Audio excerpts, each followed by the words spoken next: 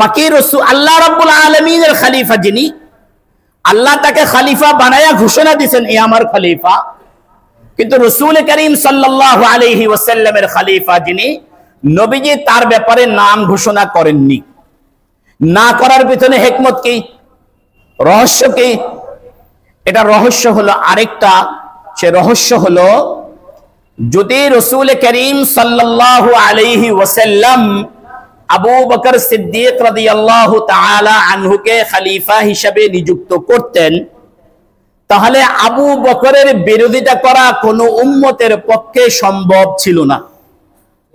কথা বোঝার চেষ্টা করেন। আবু বকর সিদ্দিক যাই করেন উম্মত সব মেনে নিতে বাধ্য ছিল, কারণ আবু বকর কার নিয়োগকৃত? নবীজির নিয়োগকৃত। এই কারণে আবু বকর সিদ্দিক রাদিয়াল্লাহু তাআলা আনহু খলিফা হিসেবে যা আদেশ দিতেন সবকিছু মানা লাগতো, যেহেতু আবু বকর আল্লাহর রাসূলের কি নিয়োগকৃত। আল্লাহর রাসূল সাল্লাল্লাহু আলাইহি ওয়াসাল্লাম সরাসরি নিয়োগ না দিয়ে সাহাবায়ে কেরামের ইসলামের শূরা ভিত্তিটাকে জাগ্রত করতে চাইলেন। ইসলামী রাষ্ট্র চলে শূরার ভিত্তিতে, পরামর্শের ভিত্তিতে।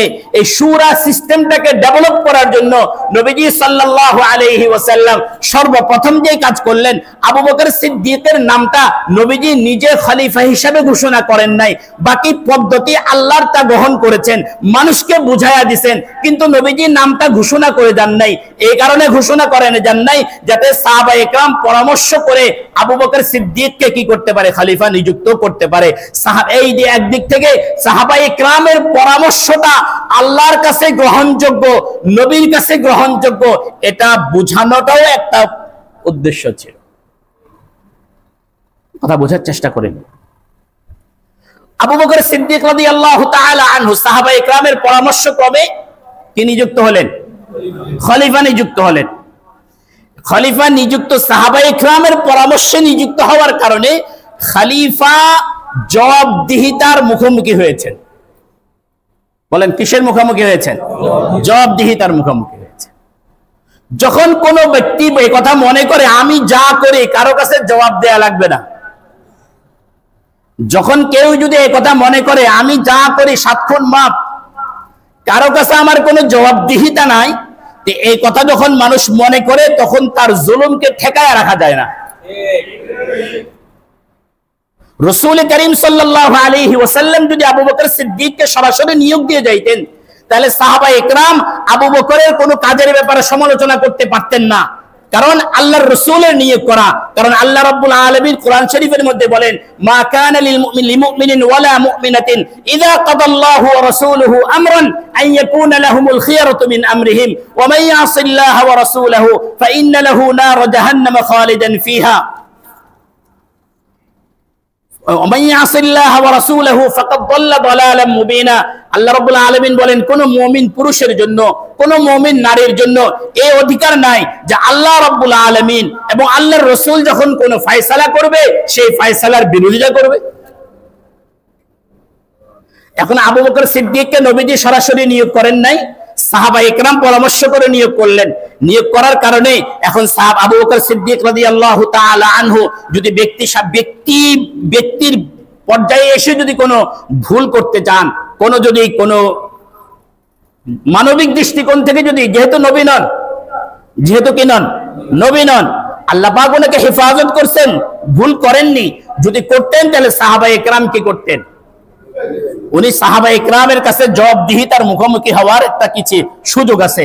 এবার আপনারা হযরত আবু বকর সিদ্দিক যখন খলিফা হলেন, খলিফা হওয়ার পরে ওনার ভাষণটা শুনেন। হযরত আবু বকর সিদ্দিক রাদিয়াল্লাহু তাআলা আনহু খলিফা হওয়ার পরে তিনি ভাষণ দিলেন, সংক্ষিপ্ত একটা ভাষণ দিলেন। সে ভাষণটা আপনাদেরকে শোনাই।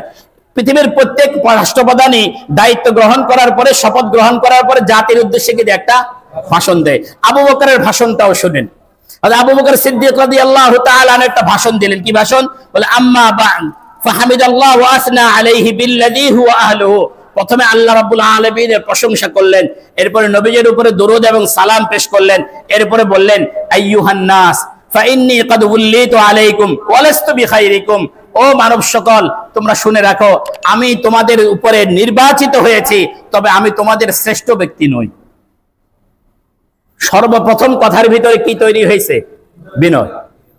আমি যদিও দায়িত্ব পেয়েছি, কিন্তু আমি শ্রেষ্ঠ দেখা কি নয়, দায়িত্ব পাইনি, বিনয় অবলম্বন করছে। অথচ সারা সকল সাহাবী এই ব্যাপারে একমত, আল্লাহর রাসূলের পরে এই উম্মতের শ্রেষ্ঠ ব্যক্তি কে? আবু বকর সিদ্দিক রাদিয়াল্লাহু আনহু। উনি বলতেছেন লাস্তু বিখাইরিকুম ফাইন আহসানতু ফাআইনুনি, আমি যদি ভালো কাজ করি তাহলে তোমরা আমাকে সাহায্য করবে। ওয়া ইন আসাতু, আমি যদি ভুল করে ফেলি ফাকাউইমুনি, আমার ভুলকে শুধরাইয়া দিও। বলেন তো দেখি, গণতন্ত্রের ধ্বজাধারী কে আছে এরকম ভাষণটা দিয়েছে আজ পর্যন্ত? বরং সবাই নিজেকে ভুলের অর্ধ মনে করেছে। আমি যা আদেশ করে এই আদেশটাই শিরোধার্য এটা মনে করেছি, যার কারণে পৃথিবীর দেশে দেশে জুলুমের নৈরাজ্যের আবাদ হয়েছে, ইনসাফের আবাদ হয়নি। ওয়াইন আসাতু ফাকাউইমুনি, এটা একমাত্র আবু বকর এবং মুসলিম রাষ্ট্রপ্রধানদের দ্বারা বলা সম্ভব, সত্যিকার মুসলিম যারা তাদের দ্বারা। আসিদকু আমানা, বলে সত্য হলো আমানত। ওয়াল কিযবু খিয়ানা, মিথ্যা বলা এটা হলো খেয়ানত। আর এখন তো আমাদের রাজনীতিতে মিথ্যা না বললে নাকি রাজনীতি জমেই না। কথা বুঝাইতে পারিনি। আরে ভাই, কেউ যদি কারোর সাথে যদি মিথ্যাবাদী মিথ্যা কথা চালাচালি করে, বলে আরে তুই আমার সাথে রাজনীতি করস কেন? এটা আমাদের কি পরিবেশ? তার মানে রাজনীতি আর মিথ্যা দুইটা কি হয়ে গেছে? সমার্থবোধক হয়ে গেছে। ওয়াদ-দাঈফু ফীকুম কাবিয়্যুন ইনদি, তোমাদের যে ব্যক্তি সবচেয়ে দুর্বল সে আমার কাছে সবচেয়ে সবল। হাত্তা উরাজ্জিহা আলাইহি হাক্কাহু ইনশাআল্লাহ, আল্লাহ চাইলে আমি দুর্বলের মজলুমের পক্ষে আছি, আমি তার হক আদায় করে, অধিকার আদায় করে দেব। এটা আবু বকরের ভাষণ। ওয়াল কাবিয়্যু ফীকুম দাঈফুন ইনদি, আর তোমাদের মধ্যে যারা ডিক্টেটর আছো, তোমাদের মধ্যে যারা মাতাব্বর আছো, তোমাদের এই সবাই শক্তিশালীরা সবাই আমার কাছে দুর্বল। হাত্তা আখুদাল হাক্কা মিনহু, আমি তার কাছ থেকে জনগণের হক আদায় করে নেব। লা ইয়াদউ কওমুন আল জিহাদ ফি সাবিলিল্লাহ ইল্লা দারাবাহুমুল্লাহু বিযুল, কোন মুসলিম জাতি, কোন জনপদ যদি, কোন মুসলিম জনগোষ্ঠী যদি জিহাদ ছেড়ে দেয়, তা আল্লাহ রাব্বুল আলামিন তাদের উপরে অপমান, অপদস্থতা চাপায়া দেন। কি চাপায়া দেন বলেন? কিসের কারণে? জিহাদ ছেড়ে দেওয়ার কারণে। এখন জিহাদের কথা বললে আমাদের অনেক ভাই খুব ভয় পান। অনেকে আবার আমাকে প্রশ্ন করে, হুজুর জিহাদ কার বিরুদ্ধে করবেন? এরকম প্রশ্নও করেছেন আমাকে উপহাস করে। আল্লাহ আমাদেরকে সহি বুঝ দান করেন, বলেন না আমিন। ওয়ালা তুশিউল ফাহিশাতু ফি কওমিন ইল্লা আম্মাহুমুল্লাহু বিল বালা, কোন জাতির মধ্যে যদি ব্যভিচার, বর্হিত কাজ, অশ্লীল কাজ, অনাচার কাজ যদি ব্যাপকতা লাভ করে, তা আল্লাহ পাক রব্বুল আলামিন ওই জাতির উপরে আসমানি বালা, বিপদ, মুসিবত এবং রোগ ব্যাধি চাপায়া দেন। কি বলেন? এখন আমাদের যতগুলো সম্প্রচার যন্ত্র আছে, সমস্ত সম্প্রচার যন্ত্র থেকে কি প্রচার হয়? শ্লীলতা না অশ্লীলতা? অশ্লীলতা। আমাদের হাতে হাতে যে মুঠোফোন আছে, এখানে অধিকাংশ কোন কাজে আমরা ব্যবহার করি? আল্লাহ হেফাজত করেন, আল্লাহ হেফাজত করেন। আতিউনি, আবু বকর বলেন আতিউনি মা আতাতুল্লাহ ওয়া রাসূলুহু, তোমরা ততক্ষণ পর্যন্ত আমার আনুগত্য করবে যতক্ষণ আমি আল্লাহ এবং আল্লাহর রাসূলের আনুগত্য করব। ফাইদা আসাইতুল্লাহ ওয়া রাসূলুহু, আমি যদি আল্লাহ এবং আল্লাহর রাসূলের নাফরমানি করি, আল্লাহ এবং আল্লাহর রাসূলের আনুগত্য থেকে যদি আমি বেরিয়ে যাই, ফালা তাআতা লি আলাইকুম, তাহলে আমার আনুগত্য কারো উপর ফরজ নয়। রাসূল করিম সাল্লাল্লাহু আলাইহি ওয়াসাল্লাম এই প্রসঙ্গে বলেন, লা তাআতা লি মাখলুকিন ফি মাসিয়াতিল খালিক, আল্লাহ পাকের অবাধ্যতায় কোন মাখলুকের ইতাআত করা জায়েজ নাই, কোন মাখলুকের আনুগত্য করা জায়েজ নাই। এই কথা থেকে আমি একটা কথা আপনাদেরকে স্পষ্ট ভাষায় বলি, এতদিন ইঙ্গিতে আকারে ইঙ্গিতে বলেছি, আজকে একটা কথা স্পষ্ট বলি, কারো কথায় আপনি যদি জুলুমের হাতিয়ার হন, আপনার নেতা, আপনার বড়, আপনার পদস্থ কর্মকর্তা কেউ যদি আপনাকে এমন কোন আদেশ দেন যে আদেশ মানতে গেলে আল্লাহর আদেশ লঙ্ঘন করা হয়, তাহলে ওই বড়র আদেশ মানা জায়েজ নাই।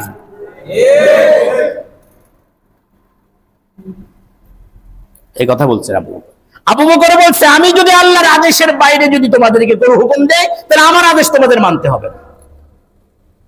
নবীজি বলছেন, লা তাআতা লি মাখলুকিন ফি মাসিয়াতিল খালিক, আল্লাহর অবাধ্যতায় কোন মাখলুকের হুকুম মানা জরুরি নয়। সুতরাং এখন থেকে নিয়ে শুরু করে সামনের দিনে যারা রাজনীতি করবেন, করবেন, আমি সকল রাজনৈতিক কর্মীকে বলবো, সবার আগে আপনি আপনার রাজনীতির নিয়ত ঠিক করে নেন। কেন আপনি রাজনীতি করবেন? কারণ নবীজি বলছেন, ইন্নামাল আমালু বিন, আপনি যদি গণতন্ত্রের জন্য রাজনীতি করবেন, না সুশাসন প্রতিষ্ঠার জন্য রাজনীতি করবেন, না ইসলামী আইন বাস্তবায়নের জন্য রাজনীতি করবেন, আপনার রাজনীতির উদ্দেশ্য কি হবে নিয়ত ঠিক করে নেন। নিয়তের উপরে নির্ভর করবে আপনার এই কাজটা আপনার নেক আমলের পাল্লায় আসবে না বদ আমলের পাল্লায় যাবে। 1 নাম্বার। 2 নাম্বার কাজ হলো, 2 নাম্বার অনুরোধ হলো, রাজনীতি করতে গিয়ে কখনো কারো অন্যায়ের দাবার গুটি হবেন না। রাজনীতি করতে গিয়ে কারো অন্যায়ের দাবার গুটি হওয়া। এই রক্ত কার দেয়া? বলেন, এর শরীরের শক্তি কার দেয়া? আল্লাহর দেওয়া রক্ত, আল্লাহর দেয়া এই শক্তি কার জন্য খরচ করছেন? জুলুমের জন্য না জুলুমের বিপক্ষে খরচ করছেন? কিয়ামতের আদালতে জবাব দিতে হবে। কিয়ামতের আদালতে জবাব দিতে হবে। আপনার রক্ত কার জন্য দিয়েছেন? দিয়েছি তো রক্ত, আরো দিব রক্ত। এই যে স্লোগান, এই স্লোগান দেওয়ার আগে আপনার নিয়তকে একবার জিজ্ঞাসা করেন, কার জন্য রক্ত দিবেন? জুলুমের পক্ষে না জুলুমের বিপক্ষে? ন্যায়ের পক্ষে না অন্যায়ের বিপক্ষে? সেটা আপনাকে দিতে হিসাব করে দিতে হবে। আল্লাহ পাক রব্বুল আলামিন আমাদেরকে বুঝার তৌফিক দান করেন, সকলে বলে আমিন। আবু বকর সিদ্দিক রাদিয়াল্লাহু তাআলা আনহুর খেলাফত গ্রহণের পরে এটাই ছিল সংক্ষিপ্ত ভাষণ। এরপরে তিনি বললেন, ফাকুমু ইলা সালাতিকুম ইয়ারহামুকুমুল্লাহ, এবার তোমরা তোমাদের নামাজের জন্য কাতার বন্দী হও।